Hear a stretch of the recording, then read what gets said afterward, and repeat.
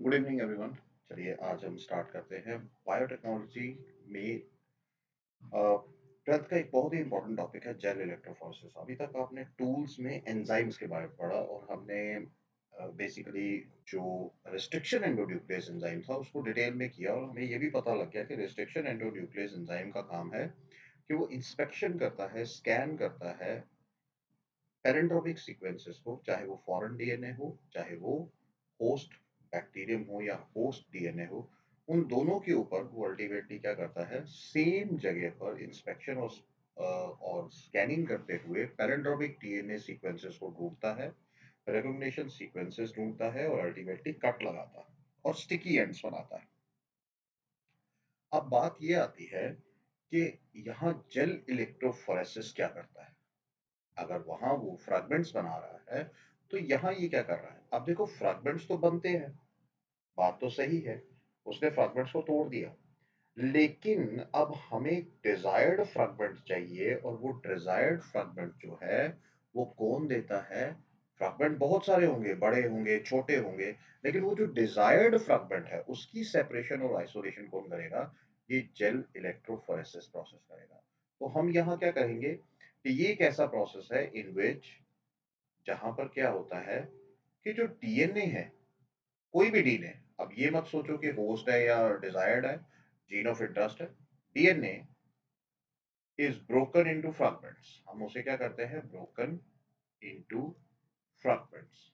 और फिर हम क्या करते हैं, फ्रैगमेंट्स को हम क्या करते हैं, broken into fragments, and then these fragments, इन फ्रैगमेंट्स को क्या किया जाता है, these fragments are separated and isolated. ठीक है, उनको आइसोलेट अलग कर दिया जाता है और सेपरेट अलग अलग कर दिया जाता है। अब देखो, अब जब हम ये देखते हैं कि यहाँ पर डीएनए जो है हम अलग कर रहे हैं, तो यहाँ पर कौन सी ऐसा मेथड है, ये जेल इलेक्ट्रोफोरेसिस किस तरह से इसको फ्रैगमेंट्स में, किस तरह से इन फ्रैगमेंट्स को सेपरेट करता है या आइसोलेट करता है। अब देखो, इसके नाम को ही डिकोड करेंगे और इसके साथ साथ ही हमें पता चलता जाएगा। जैसे ये पहला जेल, इसका मतलब है कि ये एक इसका कंपोनेंट है इंपॉर्टेंट जो जेल यूज होती है। अब यहाँ पर जो जेल यूज होती है वो जेल कौन सी है, जेल इज ए पॉलीसेक्राइड। देखो, अब यहाँ पर वो पॉलीसेक्राइड जेल यूज होती है जिसका नाम है एगरोस। और ये एगरोस हमें किससे मिलती है, it is obtained from seaweeds, obtained from seaweeds. और वो सीवीड्स भी कौन सी, रेड एल्गी। वो कौन सी, रेड एल्गी। और वो रेड एल्गी कौन सी है, ये याद रखिएगा, दो नाम बड़े इंपॉर्टेंट है, gracilaria and gelidium. In algae से, रेड एल्गे से हमें ये एग्रोस जेल मिलती है। अब देखो, इस जेल की एक फंक्शनली बड़ी इंपॉर्टेंट है। फंक्शनली क्यों इंपॉर्टेंट है, क्योंकि यहाँ पर ये जो एग्रोस जेल है, it is liquid at higher temperature. ठीक है, लिक्विड एट हायर टेम्परेचर और and become solid at lower temperature. देखो, एंड सॉलिड हो जाती है एट लो टेम्परेचर। तो बात यहां से तो हमें समझ आ गई, लेकिन यहां पर एक और जेल के बारे में एक इंपॉर्टेंट इंफॉर्मेशन ये है कि it acts as molecular sieve, acts as molecular sieve. Molecular sieve का मतलब है कि ये हेल्प करता है डीएनए फ्रैगमेंट्स को अपने में से, अपने पोर्स में से पास होने में। So it helps the DNA molecules, the DNA molecules. लेकिन अब पास तो होंगे, ठीक है, पास तो होंगे, लेकिन कैसे, pass according to shape and size. समझ आई, समझ आई बात, शेप और साइज के बेस पर। अब जितने बड़े मॉलिक्यूल्स होंगे, देखो, अब जितने बड़े मॉलिक्यूल्स होंगे वो तो स्लोली जाएंगे भी, जितने भी बड़े फ्रैगमेंट्स होंगे वो कब जाएंगे? वो जाएंगे स्लोली। लेकिन जितने भी स्मॉलर मॉलिक्यूल्स हैं वो तो तेजी से चले जाएंगे, वो फास्ट मूव करेंगे। याद रखिएगा, वो बड़ी ही फास्ट मूवमेंट होगी उनकी। ठीक है, अब फास्ट मूवमेंट तो होगी, इतना तो हमें पता लग गया। ठीक है, अब देखो, दूसरी चीज यहाँ यूज होती है इलेक्ट्रिक करंट। इलेक्ट्रो का मतलब क्या है कि यहाँ पर क्या यूज हो रहा है? इलेक्ट्रिक करंट यूज हो रहा है। और इलेक्ट्रिक करंट में भी हम एक्चुअली इलेक्ट्रोड्स का यूज करते हैं, एक नेगेटिव एंड पर और एक पॉजिटिव एंड पर, एनोड एंड कैथोड इलेक्ट्रोड्स। दूसरा, फोरेसिस। फोरेसिस का मतलब क्या है? मूवमेंट। और मूवमेंट किसकी होगी? फ्रैगमेंट्स की होगी। बात समझ आ गई? मूवमेंट किसकी होगी? फ्रैगमेंट्स की होगी। तो यहां तक तो हमें बात समझ आ गई। अब देखो, दूसरी चीज ये आती है कि अगर हम एक यहां पर एक एग्रोस जेल प्लेट ले लें। ठीक है, ये प्लेट ले ली। जब हम इस प्लेट को लेते हैं तो इस प्लेट पर हमें क्या दिखाई देते हैं? We will see certain pits. यहाँ पर हम ये पिट्स जैसे देखते हैं। और ये जो पिट्स हैं, इन पिट्स को क्या कहते हैं? These pits are known as wells. इन पिट्स को हम क्या कहते हैं? वेल्स कहते हैं। अब इसके बीच में तो एग्रोस जेल होगी। ठीक है, यहाँ पर क्या होगी? एग्रोस जेल है। थोड़ा सा लेबलिंग कर लेते हैं। एग्रोस जेल है। और ये है वो प्लेट, जिसमें वो एग्रोस जेल प्लेट भी बोलते हैं। अब यहां पर हमारे क्या आ जाता है? Here is negative end. ये नेगेटिव एंड हमने वेल वाली साइड लेंगे, क्योंकि ये वेल वाली साइड क्या होगा? There is DNA along with restriction endonuclease यहाँ पड़ा होगा। DNA along with restriction endonuclease, क्योंकि हमें फ्रैगमेंट्स को अलग करना है और छोटे फ्रैगमेंट्स को अलग करना है। क्योंकि रिस्ट्रिक्शन एंडोन्यूक्लियस जो है, उसकी ताकत ही ये है कि वो 4 to 8 base pair recognition sequence करता है। तो वो छोटे ही बेस पेयर सीक्वेंसेस को लेगा, तो इसीलिए हमें यहाँ रिस्ट्रिक्शन एंडोन्यूक्लियस भी डालना पड़ेगा वेल्स में, और साथ में डीएनए भी डालना पड़ेगा। और नेगेटिव साइड पे क्यों डालेंगे? क्योंकि हम ये जानते हैं कि ये जो डीएनए होता है ना, DNA is a negative molecule. ये एक नेगेटिव मॉलिक्यूल है। और वो नेगेटिव मॉलिक्यूल क्यों है? ये तो हम जानते हैं कि फॉस्फेट की प्रेजेंस की वजह से ही ये एक नेगेटिव मॉलिक्यूल है। अब अल्टीमेटली होगा क्या कि जब हम, ये दूसरा एंड क्या होगा? Positive cathode and, anode and होगा। ठीक है, ये एनोड एंड है और ये कैथोड एंड है नेगेटिव। अब जैसे ही हम इलेक्ट्रिक करंट पास करेंगे, ठीक है, ये हमने इलेक्ट्रिक करंट पास करवा दिया, तो होगा क्या कि यहां से जो फ्रैगमेंट्स है अब मूव करना शुरू हो जाएंगे। रिस्ट्रिक्शन एंडोन्यूक्लियस तो अपना काम कर रहा है, तोड़ रहा है, लेकिन अब वो मूवमेंट जो होगी on the basis of size and shape होगी। देखो, movement on the basis of size and shape. देख रहे हो आप? तो यहाँ क्या हो रहा है? एक बड़ी इंपॉर्टेंट चीज आप देख रहे हो। वो क्या देख रहे हो? कि जितना छोटा साइज है, ठीक है, जितना छोटा साइज है उसके हिसाब से मॉलिक्यूल जो है वो मूव कर रहा है। उसके हिसाब से मॉलिक्यूल मूव कर रहा है। अब यहाँ देखो, ये जितने भी बड़े मॉलिक्यूल है, ये तो सिर्फ कहाँ रह गए? ये नेगेटिव एंड पर ही रह गए, लार्जर।